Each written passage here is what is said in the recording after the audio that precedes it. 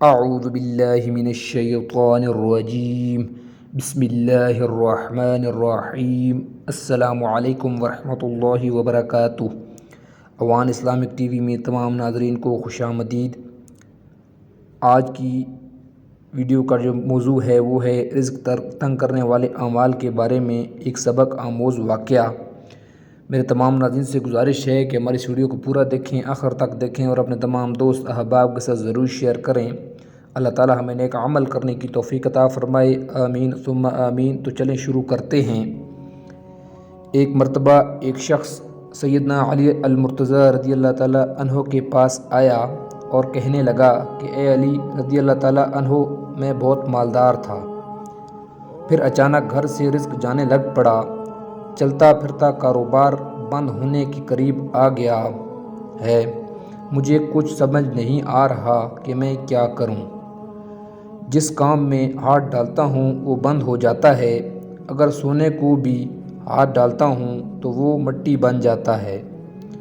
جب یہ شخص اپنے سارے شکوے سنا رہا تھا تو سیدنا علی المرتضیٰ رضی اللہ تعالیٰ عنہ اس کی کمزوری سمجھ گئے۔ فرمایا کہ اے شخص، تو اپنے گناہوں کو ترک کرنا شروع کر دے، تو گناہوں کو ترک کرنا شروع کر دے گا تو تیرے گھر میں رزق آنا شروع ہو جائے گا، تیرے اٹکے ہوئے کام ہونا شروع ہو جائیں گے۔ وہ شخص کہنے لگا کہ آپ مجھے اشارہ دیجئے، میں کیسے گناہوں کو چھوڑ دوں؟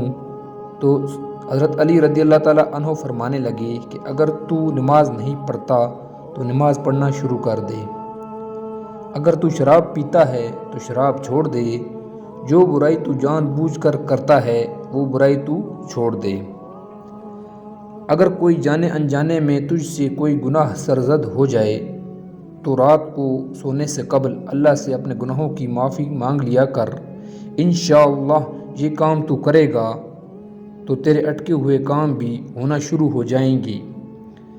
بیان کیا جاتا ہے کہ جب اس شخص نے ان باتوں پر عمل کرنا شروع کیا تو اللہ تبارک و تعالیٰ نے اس کے بگڑے کام سنوارنا شروع کر دیے۔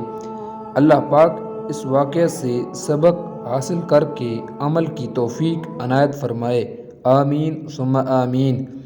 ماشاءاللہ، سبحان اللہ، کتنا خوبصورت یہ واقعہ ہے۔